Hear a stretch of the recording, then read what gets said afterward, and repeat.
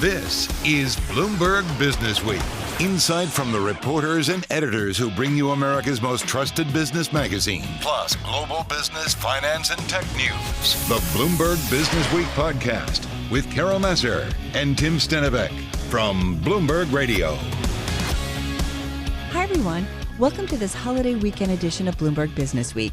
It was supposed to be a quiet, abbreviated week for markets. What we got was anything but. Investors actually shrugged as NVIDIA reported quarterly revenue that tripled from a year earlier. Then the Justice Department brought the hammer down on crypto exchange Binance and its founder. And then, of course, Carol, there was OpenAI. As we said, anything but quiet. Well, less than 5 days after Sam Altman's abrupt ouster from the artificial intelligence startup, Altman was back at OpenAI, one of the world's most valuable startups, putting an end, at least for now, to the back and forth drama that transfixed Silicon Valley and the global AI industry. We'll be talking tech throughout our first hour of the program, and we begin with someone who knows quite a bit about this space and the broader implications of AI in our society. Andrew McAfee is principal research scientist at MIT, and he joins us with his take on the OpenAI saga. I think this is just a crystal clear case study of the importance of good old-fashioned, boring corporate governance and running a good board. This feels like a huge unforced error on the part of the OpenAI board, and I still don't quite understand it. Yeah, I think you're not the only one who doesn't quite understand it. It doesn't sound like even Satya Nadella at Microsoft, Carol, knows why he was fired. Yeah, I mean, that's what's interesting. I mean, is it important in your view, Andrew, that we know every detail in terms of how this ends? Or what is ultimately the important, thing that we get out of this, or how it ends in your view? I don't think we're ever going to know all the details, but we do know that if you have an extraordinarily popular, very effective CEO at growing a tech company, the board might not want to fire that person with no notice, really, without apparently engaging in a lot of back and forth with him, not for any fraud or misconduct or malfeasance, but because of some other kind of vague problem. If the board is going to take that fairly rash step, they probably want to alert their major investors, their biggest business partners, their employee base, and give them time to get ready for all that. They didn't appear to do any of that. And when they were frantically negotiating over the weekend to try to bring him back, that all fell apart. And it fell apart to the extent that the huge majority of the employees of the company have signaled that they will walk away. Whatever you think the board's duty is, I can't see how it includes destroying that much value, hollowing out the employee base of the company. And if the mission of the OpenAI Foundation is to advance safe AGI for humanity, I do not see how these actions support that mission at all. Hey, business school, this is a case study of how not to do things, basically. There are plenty of examples of that, by the way. There is plenty. They're all that, right? Yeah. Often, or usually. I'm wondering, Tim was really smart in terms of our discussions that we've been having around this about what seems to be maybe at odds, and that is this debate about a need for balance of pushing generative AI, this technology, expanding, exploring it to reach its potential, but with also having an ethical line because of the potential of it to do wrong. Although I would go back to the Cold War and missiles and the battle to have the greatest and best in terms of military and how that could bring the end to civilization. So I'm trying to kind of figure out what is at risk if we get this wrong. Help me here. Yeah, whatever is at risk, if your organization's mission is safe AI, and you believe apparently that a for-profit company is not the right way to accomplish that mission, then doing things that let your CEO, and again, almost all of the employees, wind up at an AI building for-profit company, that is not accomplishing the goals of your mission. I personally am not worried about the alignment risk of AI. All very powerful tools bring risks and harms with them, and they demand vigilance, and we got to be careful about it. I don't think AI is any big exception to that trend or requires us to do radically different things. We just have to be vigilant, stop the bad uses. That is really, really surprising for me to hear from you, Andrew, because I hear from, the worst case scenario when it comes to this stuff is, okay, what if AI develops some sort of super bug or biological weapon, or in fact, in the Elon Musk school, becomes sentient and more powerful than human beings. Why does that not worry you?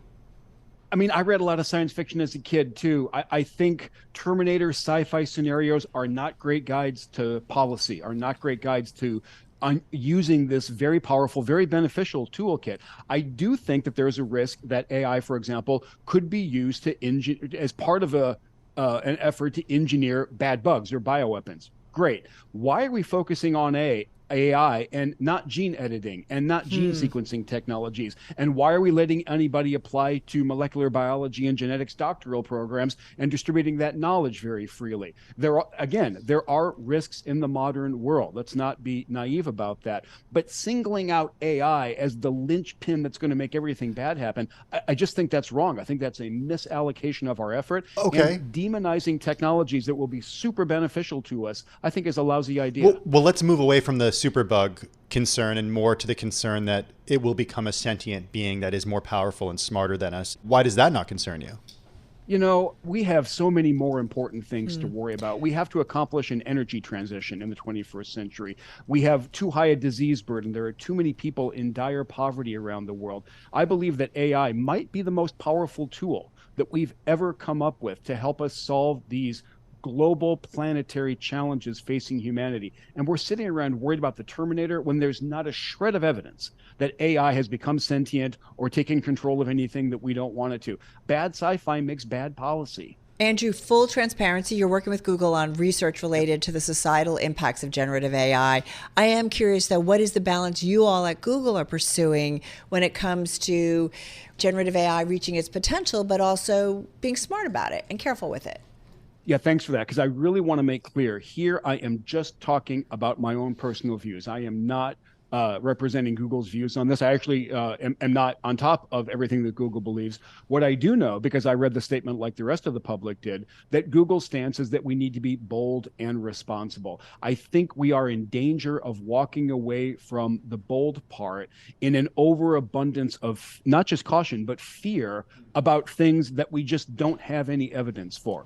I want to say this again. This is my view, not necessarily Google's view. The thing that most concerns me about generative AI is misinformation and the ability for bad actors to use that misinformation at scale to control outcomes. Like happens in social media? Exactly. Not that different than a lot of accusations that we saw fly in the wake of 2016 and 2020 elections here in the US. But if you thought a bot army of people, in Eastern Europe with social media were scary, then what about an actual bot army of generative AI that's able to, do this stuff at scale, Andrew?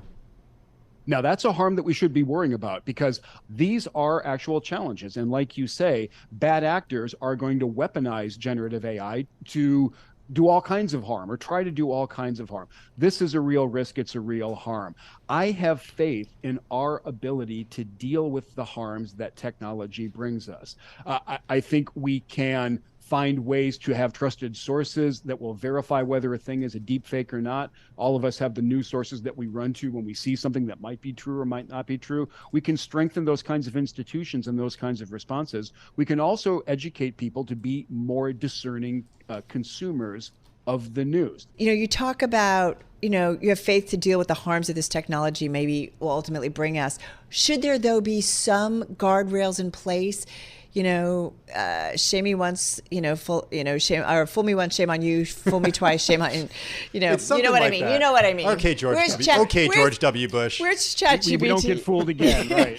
But I guess my point is, whether it's social media, whether it's crypto, there's a lot of things out there that's like, oh, I guess we should have been doing this. Yeah. Is there something we should have in place at this point when it comes to generative AI? I think what we should have in place is a very agile system for becoming aware of the harms and dealing with the harms as they crop up. For example, after smartphones were out for a while, we learned that a bunch of losers were using them to take pictures up the skirts of women, as they commuted to work on the subway. Right. We didn't outlaw the smartphone, We didn't make smartphone makers apply for a license to use a camera. We didn't make all of us apply for a license to have a camera-equipped smartphone. Around the states anyway, lots of legislatures acted really quickly to make that particular use of the phone illegal. Fast response to the harms that come up is my preferred approach for dealing with these. I don't trust me or you or anybody else to sit around right here and correctly anticipate all of the things that will happen and all of the effective ways to head that off. I just don't. Our thanks to Andrew McAfee, principal research scientist at MIT. Check out his new book. It's called The Geek Way, the radical mindset that drives extraordinary results. And stick with Bloomberg News for any future twists and turns from OpenAI and the global AI race. Carol, I know that there will be more. That's one thing we can kind of say for certainty. All right, coming up, everybody, we're going to shift our focus from corporate governance to governmental regulation when it comes to cutting-edge technology. It's an area in which the European Union has led the way. Former EU official and current head of France's independent public auditing body, Pierre Moscovici, joins us next. You're listening to Bloomberg Businessweek. This is Bloomberg. You're listening to the Bloomberg Businessweek podcast. Catch us live weekday afternoons from 3 to 6 Eastern. Listen on Bloomberg.com, the iHeartRadio app, and the Bloomberg Business App. Or watch us live on YouTube. Earlier this month, France, Germany, and Italy reached an agreement on how artificial intelligence should be regulated. That's according to a joint paper seen by Reuters, which reports that negotiations are set to ramp up within the European Commission, the European Parliament, and the EU Council. The three governments support the concept of, quote, mandatory self-regulation through codes of conduct for so-called foundation models of AI. The paper goes on to say that the countries see risks in the applications of AI rather than in the technology itself. Europe has been at the forefront of big tech oversight with policies such as the General Data Protection Regulation, which aims to protect data and information privacy for citizens of the bloc. Our next guest was a member of the European Commission when GDPR was implemented. Pierre Moscovici now serves as first president of France's Court of Accounts. It's the country's supreme body for auditing the use of public funds in France. He joined Carol and me in studio to discuss the regulatory questions that AI now poses. The whole world is enamored with artificial intelligence. All business, global business, feels like they are enamored about it, racing toward it. What are your thoughts when you think about artificial intelligence, the importance when it comes to a country's economy, businesses' economies? Well, that's, of course, becoming huge, and it's going to be fantastic and gigantic in the future. Everybody knows that, and we all need to first invest on AI, use AI, and control AI. I chair an institution which role is to control public finances. We are working on the strategy of the government for AI, and we are users of AI. But I think that it illustrates the conflict we are facing and we will be facing between the necessity to develop AI, to invest on AI, but also to regulate AI, because there are matters there of ethics, about how we can control the evolution of AI, the way it will change our lives, our freedoms also. And so that's a major issue on which we must work, I would say, intensively, but without fantasies. So tell us about what concerns you, like what the guardrails, in your opinion, you think need to be in place when it comes to ethical use of AI and making sure that AI doesn't get out of control.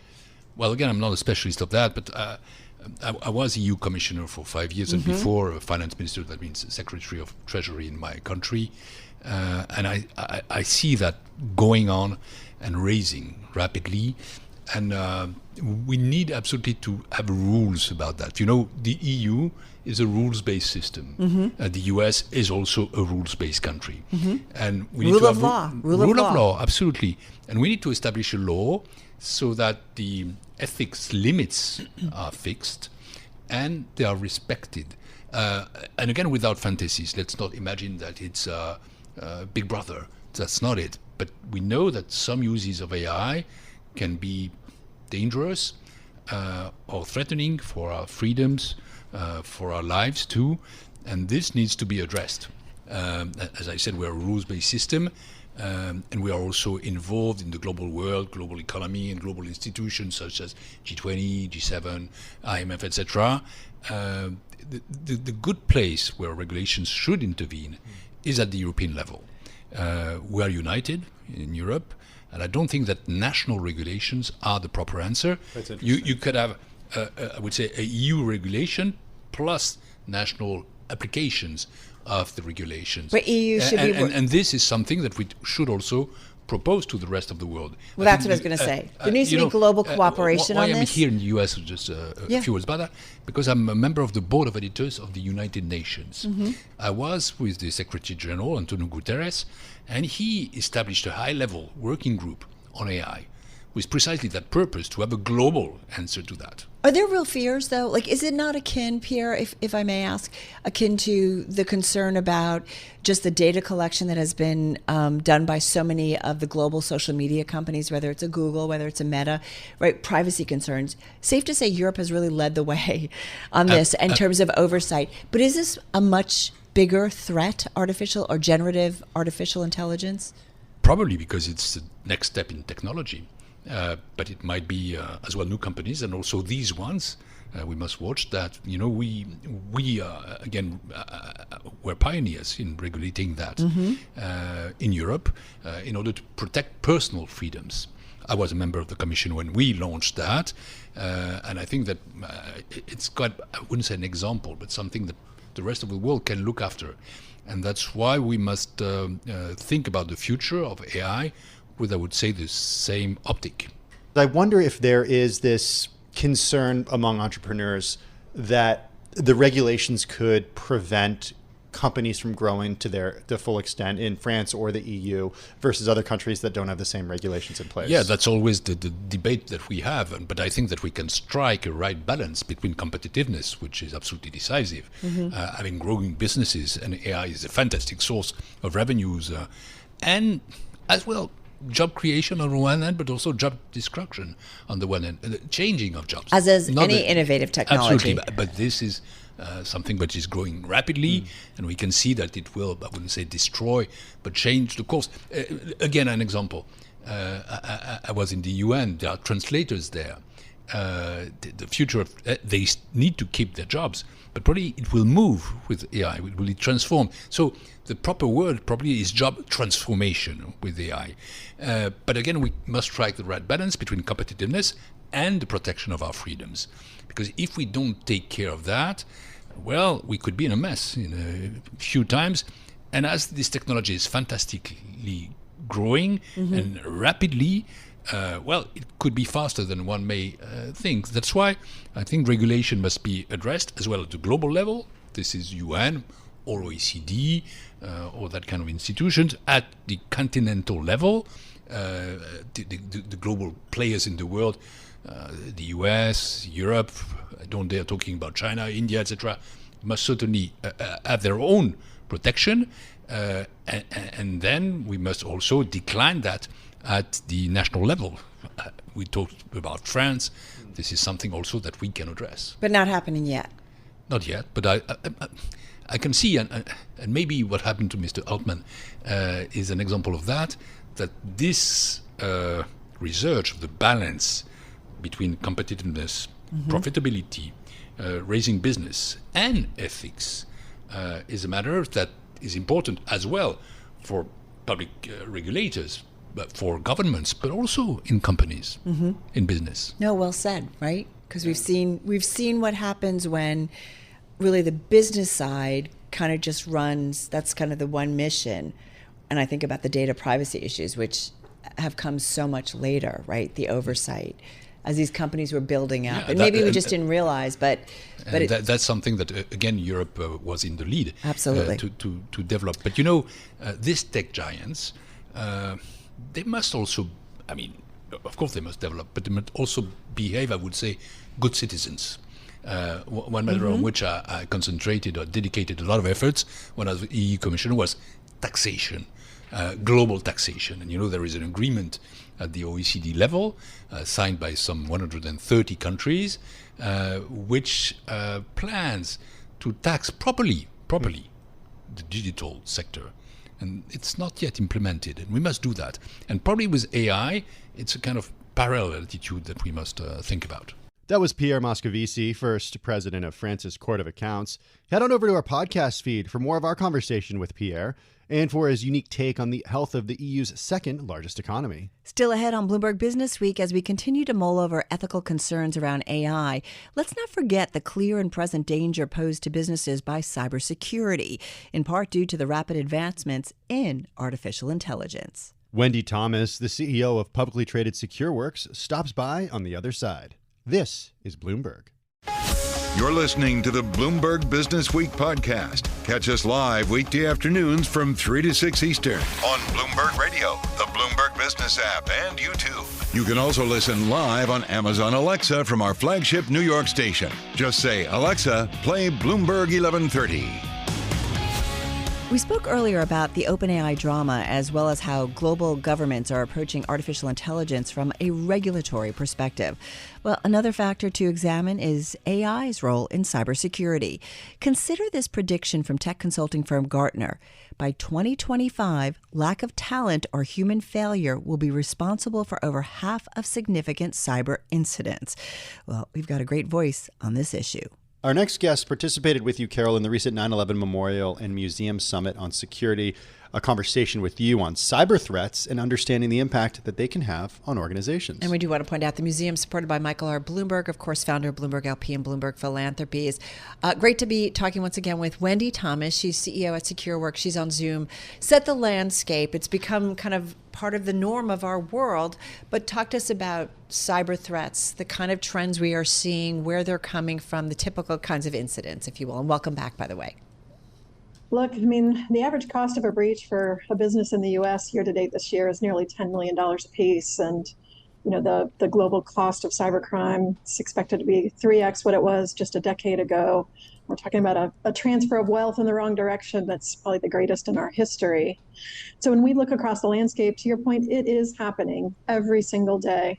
We're tracking about 135 active threat groups, and their activities are bucketed primarily into traditional cybercrime, right? Just looking to extract profits, nation state activity, which is clearly up in the wake of geopolitical events, and then hacktivists who are concerned about those events and making their voice heard through a variety of cyber attacks. So we see those activities continuing, and as those three sets of actors continue to leverage tried and true techniques, scanning for software vulnerabilities and exploiting those, stealing credentials to log in and parade as someone else, and then sending those phishing emails, which we've all received around certain topics.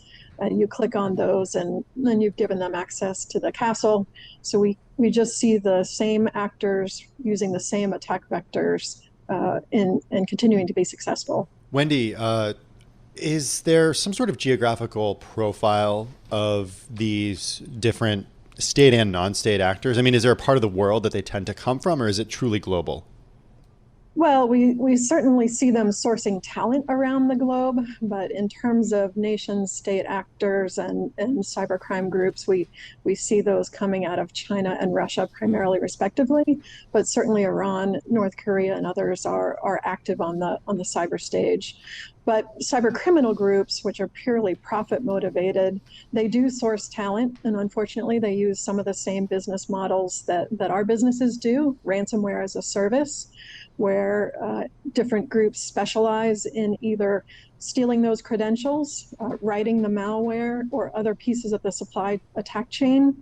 They are able to specialize and then create business models for easy access for less sophisticated criminals to smash and grab and extract those rents. And they're moving more quickly, right? The time that they breach into your network and then the time they do some kind of attack. I remember a statistic when we talked, it's now, I think, something like less than a day, less than 24 hours.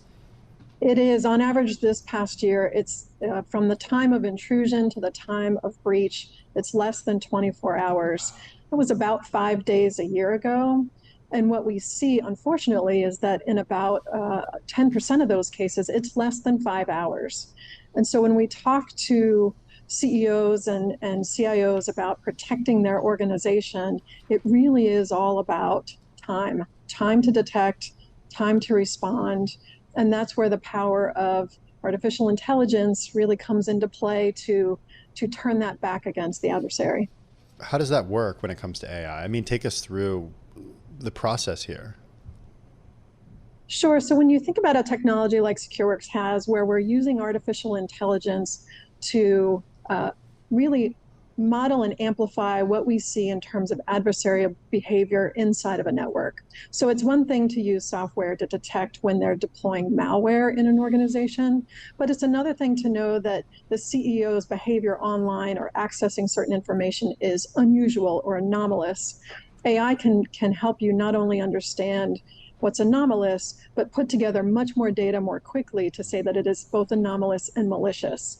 And the ability to detect that quickly, to prioritize that, to raise it up to attention, and then for the system to orchestrate the response to protect the network is incredibly important. Security has to move at the speed of business. Wendy, when you guys have either a new client or existing client, I mean, tell us, are a lot of organizations, it could be nonprofits as well as publicly held companies or small companies, mid-sized companies, are most institutions unprepared, underprepared? Unfortunately, most organizations are more vulnerable than they realize. And it may be that they've done a great job of protecting their own assets, but they are inextricably linked with other vendors, other suppliers. And thinking about your security as having to secure those who are interoperating with your organization and your systems as much as you secure your own castle is probably the most important. But the good news is that most cyber attacks, especially from cyber criminals, are absolutely opportunistic. And so just creating some degree of friction that makes it more difficult for them to find that unlocked back door goes a long way in terms of, if not preventing breaches, absolutely mitigating the impact to the business. You know, I remember when we talked, and I came in kind of hot and heavy into our studio on the Monday. It was after 60 Minutes had aired a report. It was about the Five Eyes, and this was the 5 security service heads or spy chiefs from the US, UK, Canada, Australia, New Zealand, and they had taken a trip to Silicon Valley, and they were talking about the greatest threat to innovation in the countries of the Five Eyes, and that was the threat, and specifically Chinese industrial espionage, which I think is kind of timely. But this idea of digital attacks, cyber attacks, about getting into an organization, industrial espionage, whether it's IP, strategy at a company. I mean, is this happening more and more? So China is absolutely the most active nation state that we see from a cyber perspective. And we've watched them evolve over time. So in the past, those threat groups have had a reputation for sort of smash and grab. So steal that intellectual property around something that's important, electric battery development or even agricultural innovation and scale. And so that emphasis was really about just achieving the objective as quickly as possible. But what we've seen more recently is that a growing number of Chinese threat groups have demonstrated an increasing focus on stealth and operational security in their intrusions. And so it is often difficult for organizations to know that the Chinese are in fact inside of their networks and able to, over a sustained period of time, not only collect information, but determine what information is most valuable and important to them, and do so leaving a minimal intrusion footprint by leveraging a set of defense evasion techniques that we've seen increasingly in place.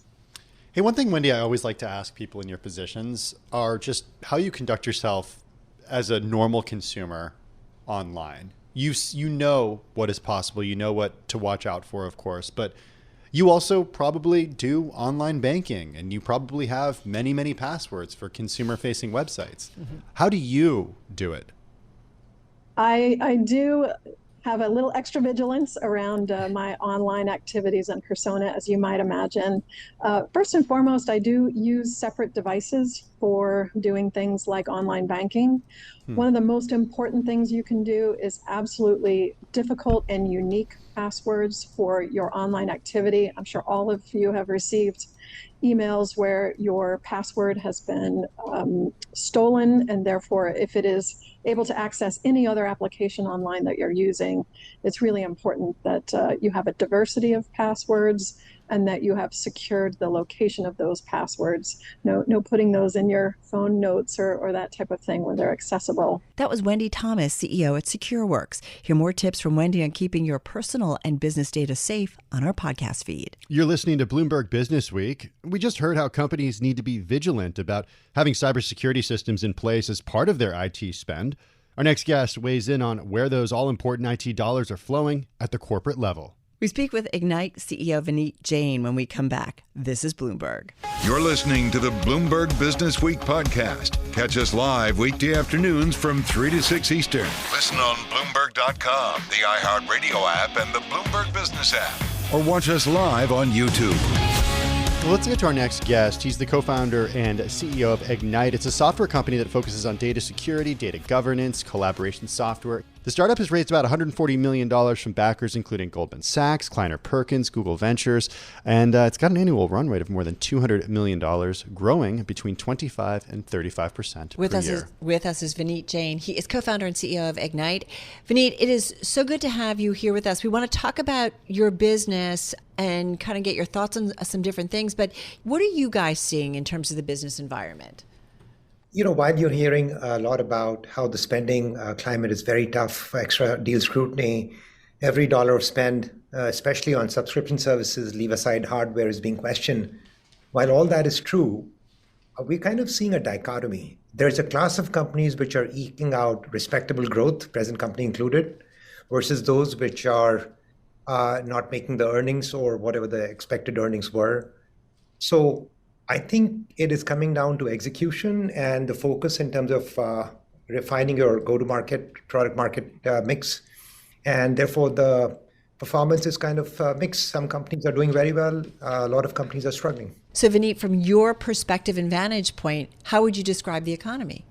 So when I look at our target market, because my answer is going to be in the context of the market we're going after, both in terms of geographies and certain industries. So we are predominantly North America. 88% of our revenue comes from North America, 12% from Europe. And within the US, there are three industries we are focused on specifically. One is AEC, which is an acronym for Architecture, Engineering, Construction. The second one is Biotech, Life Sciences. Third one is Financial Services. AEC in particular is booming. Construction companies, architecture, engineering firms that we speak with, they're saying they have a book of business which is filled out till end of next year. But even there, you're seeing companies focused in Florida, companies focused in Texas, they're doing very well. Companies focused in New York, or let's say in my neck of the woods, San Francisco, not so much. Biotech, life sciences is taken a bath in terms of lack of follow funding, funding being hard to come by. But financial services, on the other hand, is rocketing. So it's kind of a mixed bag. So from my perspective, if something ebbs, something else flows.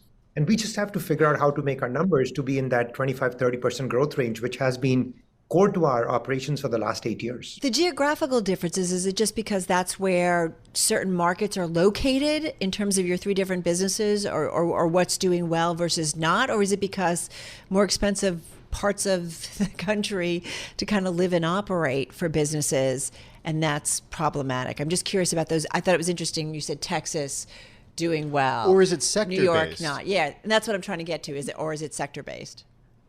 It's predominantly sector-based, but then when you look at biotech life sciences, it's concentrated in three areas, right? It's San Diego, South San Francisco, and Boston. Yeah. But honestly, as you said, it kind of boils down to very specific industries. And within that, the size of the company. Like when you look at construction engineering, the big GCs, general contractors, mid-size, small size, subcons, electrical, mechanical, they're all doing very well. But in life sciences, the early stage, the emerging biotech, they're struggling. Whereas the big guys, especially the ones if they are in the obesity drug business, like you've been hearing about Novo Nordisk, Eli Lilly, business is booming. That's Vineet Jain, the co-founder and CEO of Ignite. More from Vineet on the Businessweek podcast feed, including his company's prospects for an IPO. And that wraps up the first hour of the weekend edition of Bloomberg Businessweek from Bloomberg Radio. Ahead in our next hour, it's a holiday weekend, and we're talking food, or maybe a lack thereof. Our Business Week team explores how Ozempic may have rocked Thanksgiving meals everywhere. Does that mean, Carol, I only have to bring one cheesecake rather than 2 cheesecakes? That just might be, especially if there are folks tapping into Ozempic We'll see. at your Thanksgiving dinner table. All right, plus what's on the menu of fast casual dining pioneer Ron Shaich. Chef Emeril Lagasse's son, EJ, carves his own culinary path. We'll hear from him as well. And a 90-year-old coffee maker prepares for the future. This is Bloomberg Business Week. I'm Carol Massar, and I'm hungry. And I'm Tim Stenovec. Stay with us. Today's top stories and global business headlines are coming up right now. You're listening to the Bloomberg Business Week podcast. Catch us live weekday afternoons from 3 to 6 Eastern on Bloomberg Radio, the Bloomberg Business App, and YouTube. You can also listen live on Amazon Alexa from our flagship New York station. Just say, Alexa, play Bloomberg 1130. Plenty ahead in our second hour of this holiday weekend edition of Bloomberg Business Week. A very happy Thanksgiving to everybody. We've got coming up a conversation with the son of renowned chef Emeril Lagasse on continuing a family tradition in the kitchen. And along those same lines, the patriarch of coffee and espresso maker Ely Cafe tells us what's next for the 90-year-old company. Plus, Ozempic and other weight loss drugs appear to have made a big dent in Thanksgiving food consumption. Why less focus on the turkey and trimmings could be an ominous sign of what's to come for food companies. Man, it's a series of drugs that's just disrupting our world in so many ways. All right, first up this hour, we welcome back Ron Shaich. He is the founder and former chairman and CEO of Panera Bread and Au Bon Pain, and is today the chairman of Cava, Tate, Life Alive, and Level 99. He recently joined us to discuss his new book, Know What Matters, Lessons from a Lifetime of Transformations, and his path to becoming the father of fast casual dining. You know, we sold Panera for $7.5 billion and put it in good hands, and we're just applying the very same disciplines. We're picking the categories of the future, the categories with tailwinds, and then we're helping build the dominant brands in those categories. Mediterranean, positive eating, immersive entertainment, third wave bakery cafe. It's literally the same thing, transformation over and over and over. But you know, you asked me about fast casual. It's hard for me to imagine. Yeah. I can remember 1993, 94, 95, and we were beginning to think about what fast casual could be. It was simply a reaction to what existed at that time, fast food and fine dining. And with empathy, we were looking at we were talking to consumers, and they were saying, I wanted something more. I want, you know, and we began to imagine if we could deliver real food, environments that engaged our customers, if we could do it with people who cared, we had the opportunity to change the currencies of that industry. The currencies of fast food were a lot of food for not a lot of money. And we began to say what we could offer is actually something that elevated people's self-esteem for just a few dollars more. What's amazing to me is that understanding. This understanding that people wanted something better has grown into, as you put it, $190 billion. And the truth of the matter is, the number one thing in business is trying to understand with empathy what drives consumers, what matters to them, what are they going to care about tomorrow. Brands, you know, get caught up in politics. Yeah. Your brands haven't, but it's just interesting that it's tough running a brand or creating a brand and making sure you're tapping in to consumers in a way that doesn't alienate, right? Or even like whether through advertising or marketing. Like I don't know how you think about that. You know the companies. There's been Disney targeted, Budweiser that have been targeted. It's sometimes hard being a company in today's space. Totally, and I'm glad I'm not a CEO having to make those determinations. but having said that, I'll speak to it because I have, and over years I've taken positions. Yeah. And here's the point. We don't want to allow our brands to be the bully pulpit for whatever political forces are playing out in society. We represent our shareholders. We need to be careful. But what we do want to do is take positions relative to issues of humanity. And that's very different than political stance. So let me be clear. You need to call out the atrocity of what Hamas did. Simultaneously, during the George Floyd incident, you need to call out the lack of humanity in what happened to George Floyd. You have to call out the death of innocent children in Gaza. They're all issues of humanity. And my point is, at the core, we have a responsibility to validate and speak to the human needs of our team members and our consumers. And in every one of those cases, they are all about humanity and calling that out in a real way. Ron, it's interesting. You've used several times in our interview, which has just been a few minutes, the word empathy, and you've said humanity several times. And at the end of the day, we're talking about fast casual restaurants. Yeah. And I'm just really interested to hear this approach, whether it, and how it comes to your customers and how it comes to your employees and how it comes to you deciding, okay, what's the next thing that a customer is going to want tomorrow, and how is empathy tied into that? That's great, Tim. It's at the very core of everything. We're in a consumer business, and the most powerful skill in business, in leading these companies, is to feel the needs of our guests. The only reason to exist is to be a better competitive alternative. A lot of the discussion we have on these kinds of programs are about value creation. But value creation is not something I can make. It's a byproduct. It's a byproduct of what?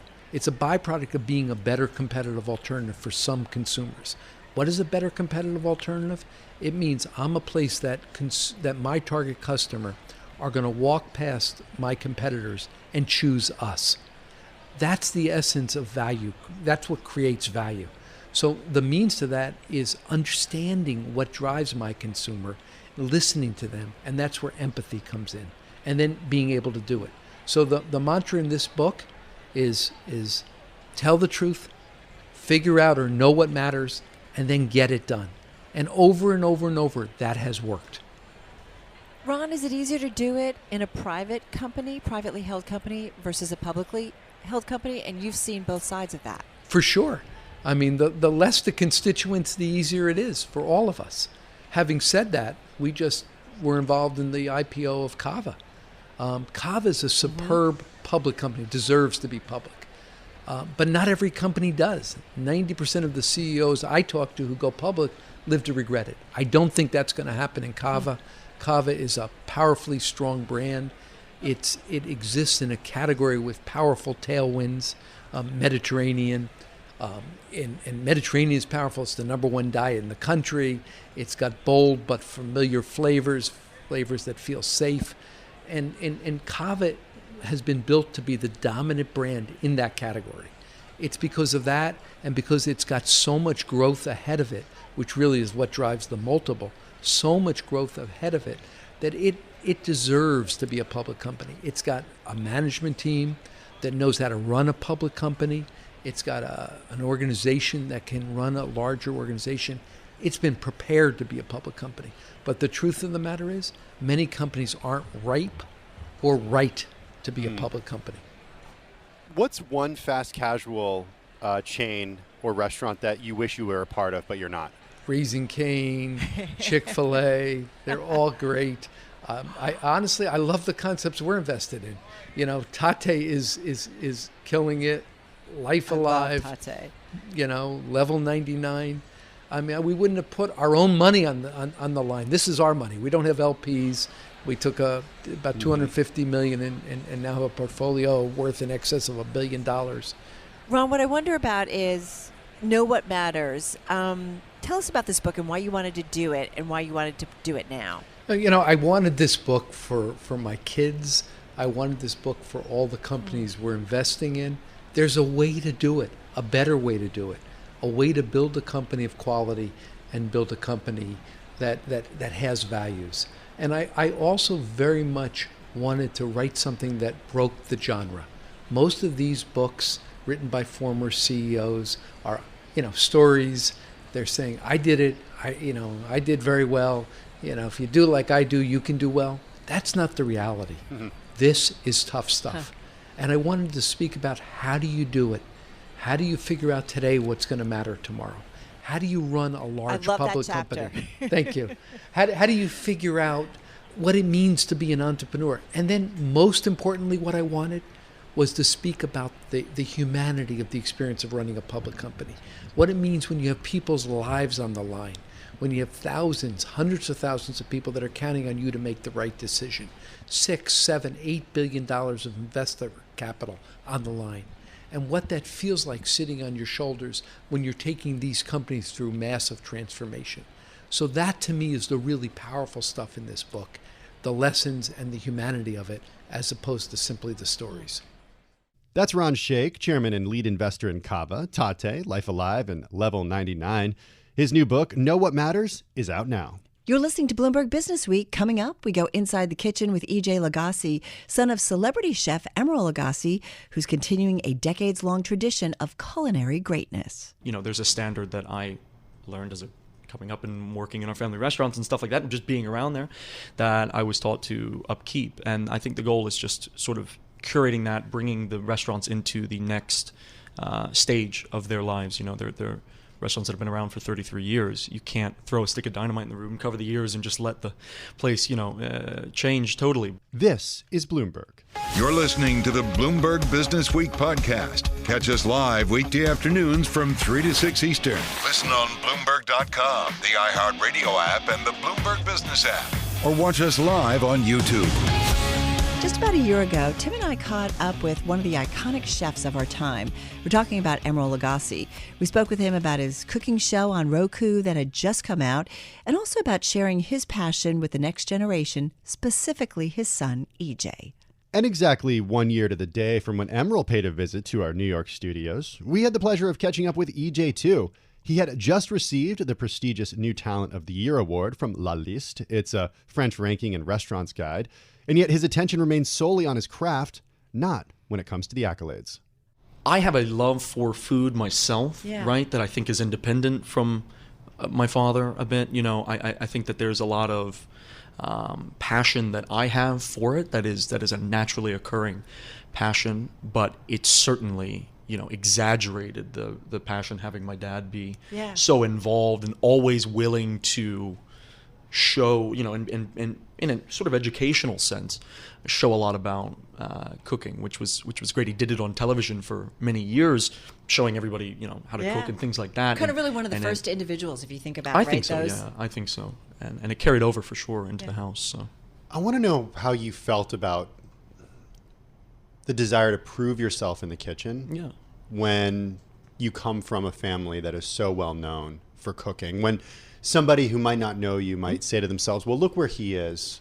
He's only there because of who his dad is. Like, how do you deal with that criticism? How do you push past it? Well, it's something that probably comes up quite a bit, that some people would throw out. Look, I mean, the thing is I know, I'm comfortable in my own skin. I know the fact that I've spent hours in the kitchens, right? And not ours, which is what I think the big thing was. I think had I stayed in just our kitchens and just been at Emeril's or something, that it would very easily be able to say, well, who pushed you to work harder? You know, I remember very early conversation with my father. I mean, it's a conversation he had with me. I'm like 13, 14 years old. And he's like, you're going to have to work twice as hard as anybody in the room because of that. And really, so that was, I think, part of the whole philosophy of me maybe leaving the nest and going and working other places. And I worked here in New York for a bit, and then in London and in Stockholm as well. And so was able to see how other people did it, and I think that was a big key, and being confident in myself to be able to push past that, and then for the comment that comes from that, I would just invite people to eat at the restaurant. That's really all I can do is cook at that point. Right? And we want to talk about the restaurant that just is reopening after renovation in New Orleans, but. You did go to culinary school. I did, yeah. Johnson graduated Wales. A year ago? No, I graduated 3 years ago. Oh, 3 years ago. 2021, like 2020, 2021. Forgive me. No. But and then what did you learn in that process of kind of, you said you learned different ways of people doing it, but what was that process like as you go around the world? Well, the process and did you have an advantage when people are like, I know that last name? No, or was it harder? In Europe, not really many people knew. I mean, here in New York, they knew, and some of the restaurants that I worked in here, it was it was really nice because some of them actually kept people from knowing that. It ended up coming out kind of eventually anyway, but it you was weren't like, I'm E.J. Yeah, Smith. yeah. No, I wasn't, John Smithing my way through the restaurants, but it was a process of working and learning, and it's not just actually like technique or recipes or ingredients or things like that. It was how people conduct themselves in kitchens. I think that was a lot of it too, and how to conduct themselves as restaurateurs and as chefs. That I think I picked up, and it's like learning a language when you're young. You're like a sponge at that point. So, yeah. But you're learning. I mean, my dad's an older gentleman now, and I'm. He's not younger. that old. No. He's, what is he, like mid-60s? Yeah, he's like 64. Yeah. And so, hey, no. John Tucker's a little upset. and so I think that there is that just that we love cooking, and it was always going to be something that I wanted to be able to do, and whether I did it in the restaurants or did it for my family one day or whatever that may be, I was always going to learn how to cook, being his son in that, and I think that he made sure of that. But it ended up working to my advantage. Well, how old were you when you went to culinary school? I was 16, 17. And how old are you now? 20. So people listening might not realize how young you are. Sure. I mean, even though you grew up in the business, I mean, you're. Oh, I'm a baby. I'm a baby. It's all good. I'm not ashamed of it. It's fine.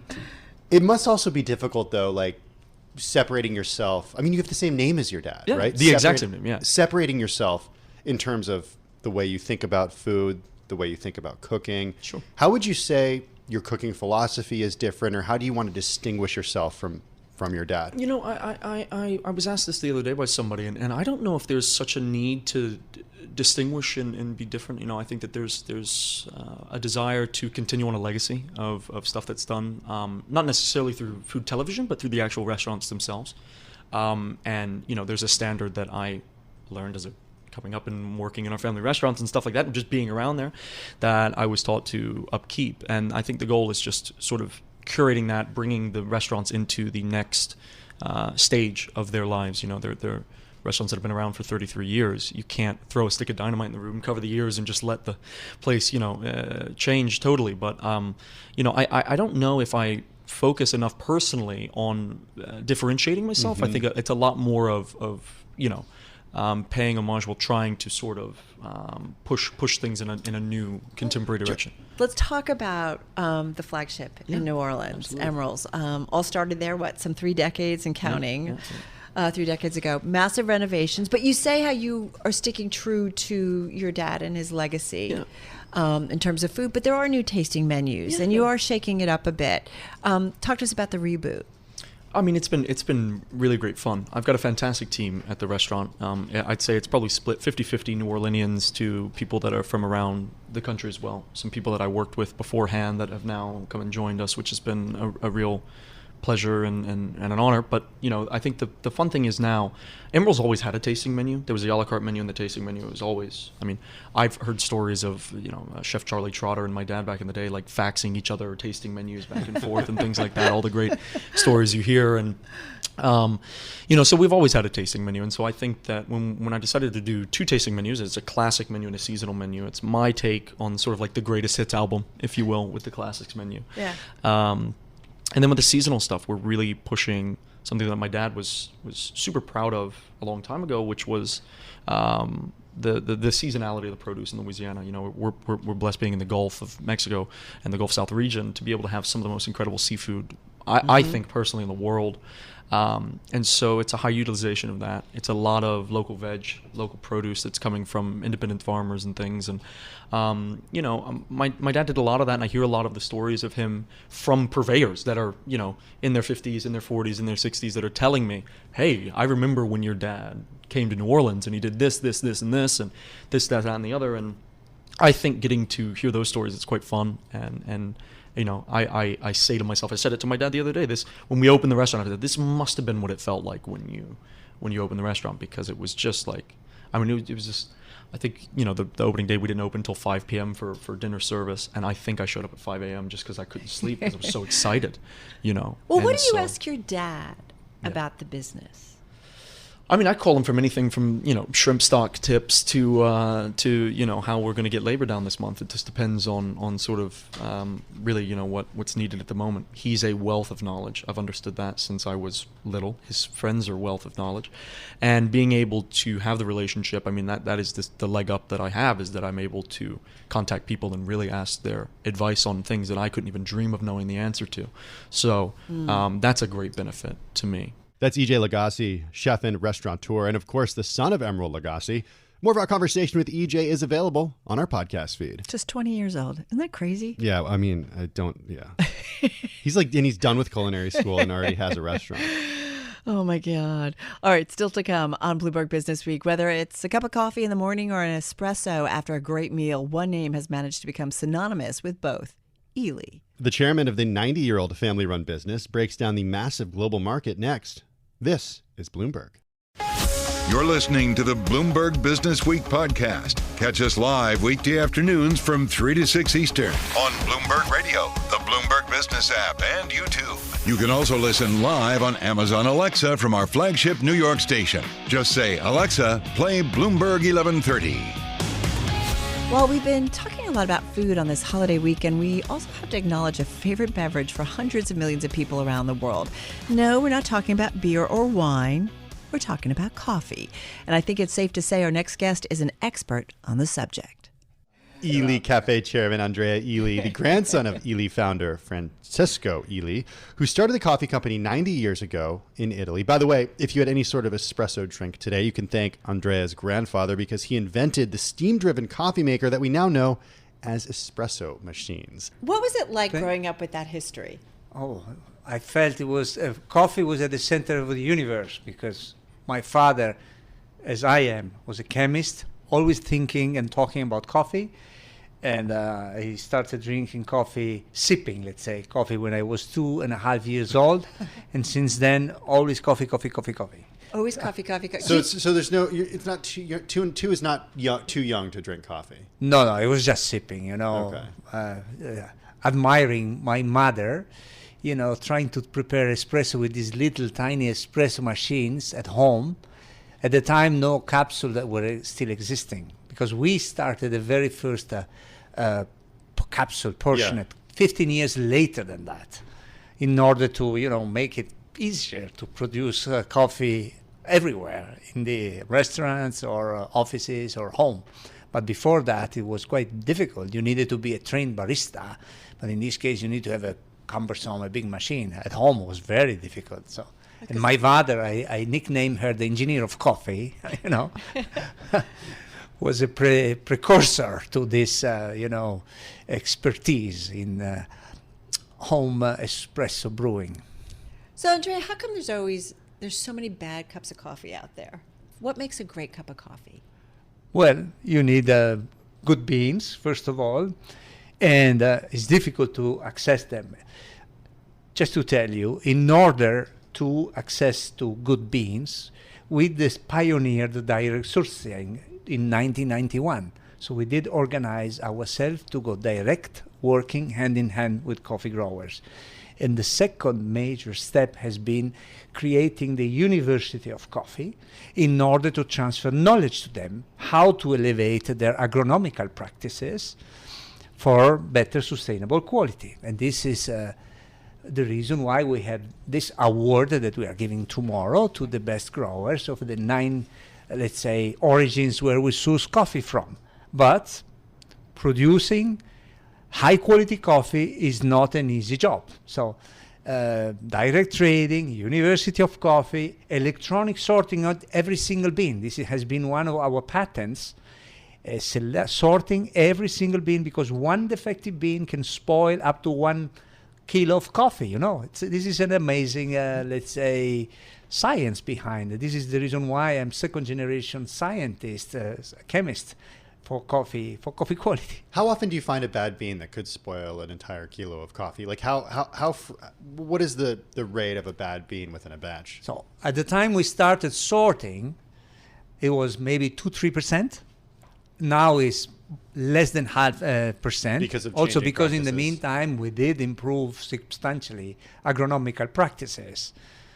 some of these defective beans could be invisible because maybe they have some off flavors that you cannot find. So it can still happen, but if everything is well processed, then you can prevent that.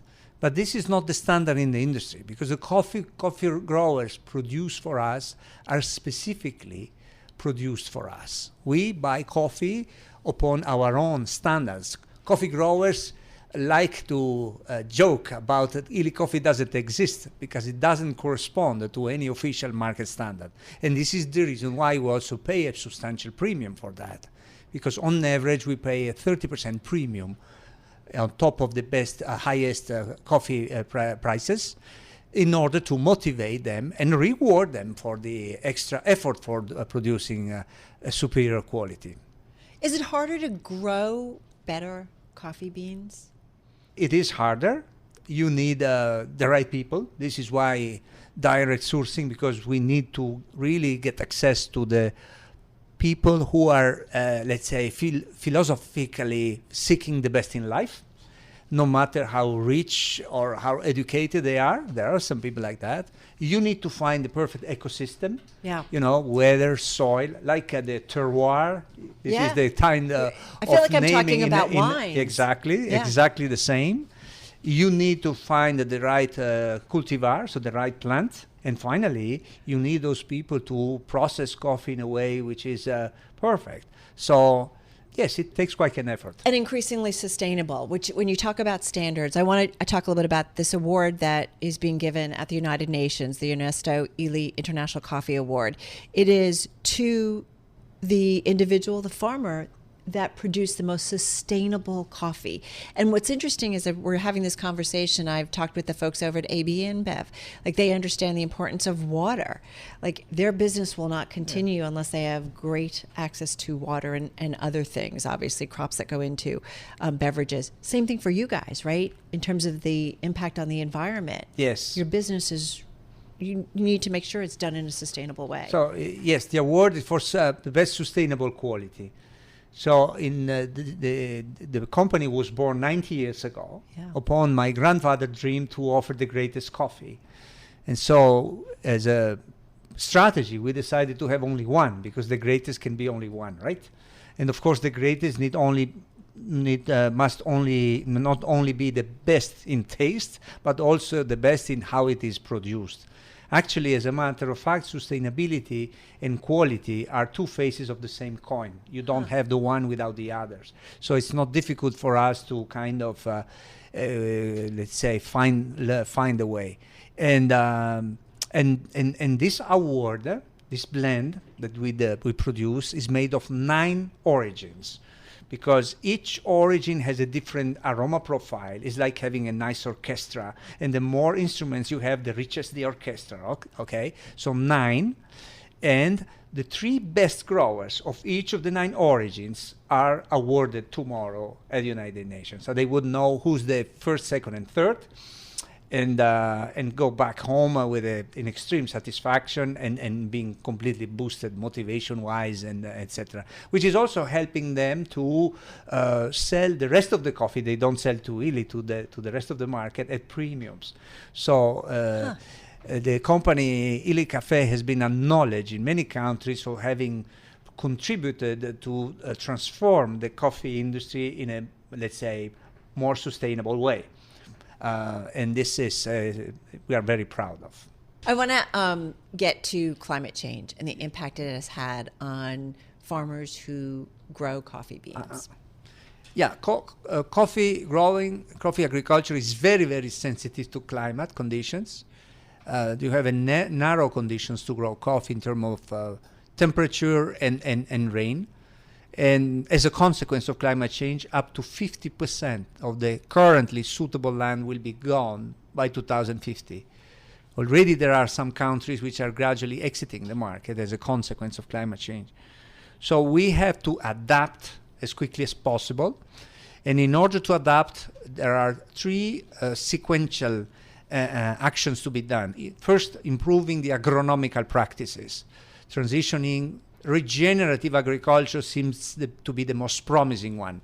Second most important move is rejuvenating the plantation themselves, with younger plants, but also plants made of new varieties which are more resistant to the adverse conditions caused by climate change.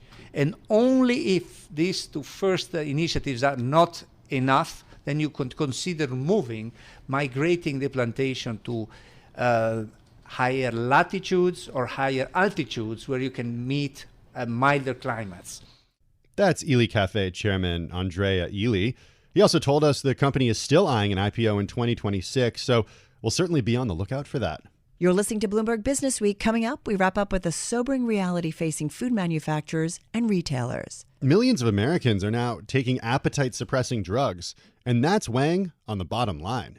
This is Bloomberg. You're listening to the Bloomberg Businessweek podcast. Catch us live weekday afternoons from 3 to 6 Eastern. Listen on Bloomberg.com, the iHeartRadio app, and the Bloomberg Business App. Or watch us live on YouTube.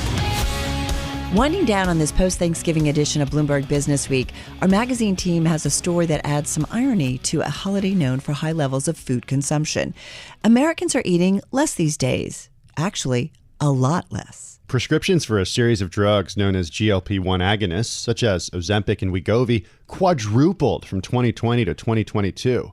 And it looks like there's plenty more growth ahead for these pharmaceuticals in the U.S. as drug makers search for even more clinical uses. Bloomberg News consumer reporter Dina Shanker has more. Millions of Americans now are taking these drugs. They are up 300%. They are just getting really, really popular for a lot of people. It's like off the charts. It's pretty wild. I've seen it firsthand with people who are using it or taking it, and it really does reduce their appetite in a big, big way. They're just not hungry. So I think about the impact of that. Talk to us about some of the specific people you talk to. So I spoke to 4 different people that are currently taking the drugs, and everyone was really happy with the changes in their life and especially what it meant for Thanksgiving. One woman I spoke to talked about not just for herself, but also her children, 17 and 21 years old, who have been taking these drugs. And they have just seen not just great weight loss results, which I know everybody wants when they're taking them, but they're also just looking at their food differently. Her kids are open to eating things that they weren't eating before. She was so excited about how now she gets to add more fruits and vegetables to the table. And everyone I spoke to is thinking about the holiday differently. Another woman I spoke with for Thanksgiving, she said she used to spend weeks in advance looking for the best recipes as she got her menu ready. But one of the things that these drugs do is they turn off the food noise, as it's called. So you're just not thinking about the food all the time. So she's like, she's still going to make everything. And she's actually even skipping her shot so that she can enjoy herself a bit more. But she's just not thinking about food all the time. That's so interesting. Wait, I just want to cut you off here, Dina. Skipping her shot, what do you mean by that? Because these are monthly injections, right? Weekly, I believe. Weekly, okay. Said she's skipping this week. So she's skipping this week. So that means she's hungry. Is that, I mean, I know you're not a doctor. We're not doctors here, but is that how the shot works? She thinks it's going to work for her that way. I don't know that doctors would advise people to do this, but one of the interesting things about these shots and about these drugs is that they were initially actually, not for weight loss. They were for diabetes. And so a lot of the uses of them are off label. So because they're being used as a weight loss drug instead of as a diabetes drug. So I think what we're seeing both with the people using them and at the clinical level is a lot of they're still studying it. They're still trying to find out all the different things that these drugs can do. So for some people, they have just been incredible weight loss miracle drugs, as they describe them. But I should add that one of the health professionals I spoke with, a pharmacist, was really quick to make sure that we didn't discount the work that the patients are doing, that it's not just like you take your injection and you're done and you never think about food again and the pounds start melting off. She was saying how it's really important that people are learning how to manage their serving sizes. They're going for, that walk after dinner. They're sticking it out through, sometimes people experience really bad side effects like nausea. And they are really taking advantage of the benefits of the drug, but they're not completely relying on the drug. That was Bloomberg News consumer reporter Dina Shanker. Check out her story online at Bloomberg.com or on the Bloomberg Terminal. And that wraps up this weekend holiday edition of Bloomberg Business Week from Bloomberg Radio. Thank you so much for joining us. Be sure to tune in to Bloomberg Business Week Monday through Friday starting at 3 p.m. Wall Street time on Bloomberg Radio and on Sirius XM channel 121. You can also watch our daily broadcast on YouTube. Just search Bloomberg Global News. We're simulcast on Bloomberg Originals, available at Bloomberg.com/originals, and streaming platforms such as Roku, Amazon Fire TV, Samsung TV Plus, and more. Find our Bloomberg Business Week podcast at Bloomberg.com, Apple, or wherever you get your podcasts. And the latest edition of the magazine is available on newsstands now at Bloomberg.com and always on the Bloomberg Terminal. I'm Tim Stenovec. Back to the pie we go. I'm Carol Massar. Have a good and safe rest of your holiday weekend. Stay with us. Today's top stories and global business headlines are coming up right now. This is the Bloomberg Business Week podcast, available on Apple, Spotify, and anywhere else you get your podcasts.